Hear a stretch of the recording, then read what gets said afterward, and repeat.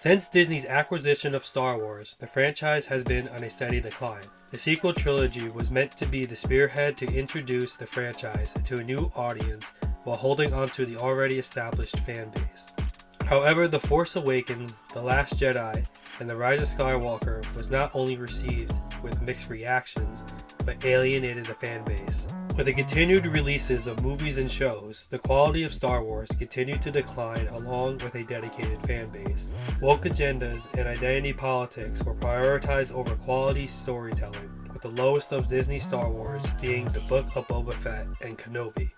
There are still some gems to be found. The animated anthology show Star Wars Visions and the video game Jedi Fallen Order have also received critical acclaim. Though keep in mind, these two media were made by companies outside of Disney's influence. Needless to say, interest in Star Wars is at an all-time low, with little hope of restoration to the franchise. But then the show Andor aired, and I dare say there may be hope for Star Wars.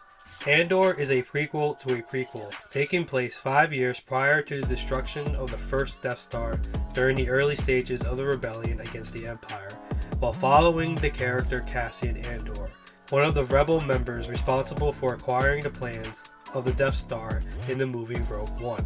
The early version of Andor is not the rebel spy we know.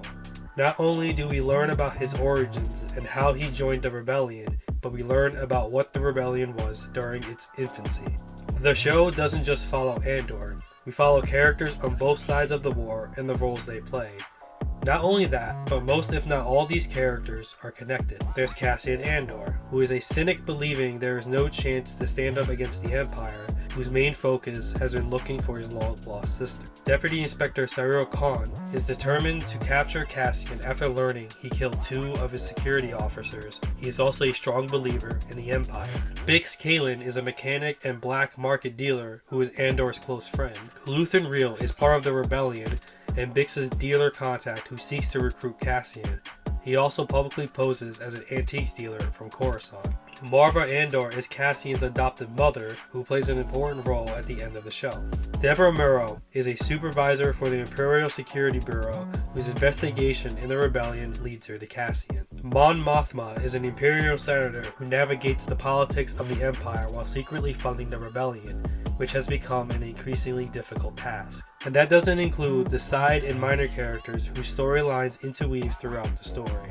Andor brought me by surprise, for I expected another flop. Though the characters are not filled with depth and don't have the most detailed backstories, I found myself impressed how character storylines are neatly weaved together. At first, the show's pacing felt slow, and the characters weren't interesting enough to hold my attention. With each passing episode, little details were dropped here and there to keep me interested, but it wasn't until episode 8 that I was all in and realized the slow pacing of the show was necessary. With each episode, a new detail was added, a new character introduced, a new location explored. Plot lines and characters are slowly weaved together as the tension builds to a climactic confrontation in the final episode as we witness another spark in the rebellion against the Empire.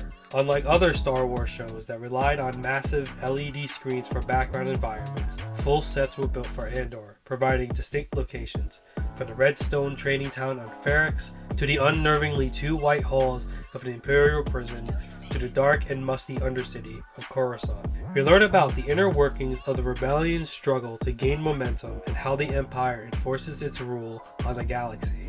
For action scenes, we witness an elaborate heist, a nerve-wracking prison break, and a climactic uprising against the Empire. Earlier in the video, I mentioned there may be hope for Star Wars. Andor is that hope.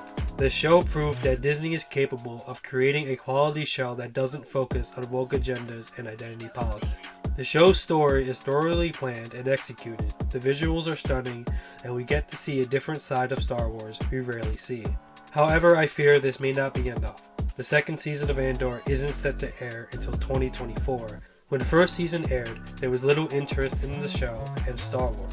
Not to mention, there seems to be little mention of the show. There's the question if other Disney Star Wars shows and movies will have the same quality before the second season of Andor airs. Not to mention if the second season of Andor will have the same quality as the first. I believe there is hope for the franchise, but I don't think the audience is there. Disney has failed the fan base far too many times, and the general public doesn't seem as interested.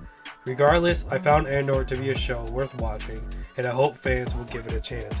My name is Deviant, and I will see you next time.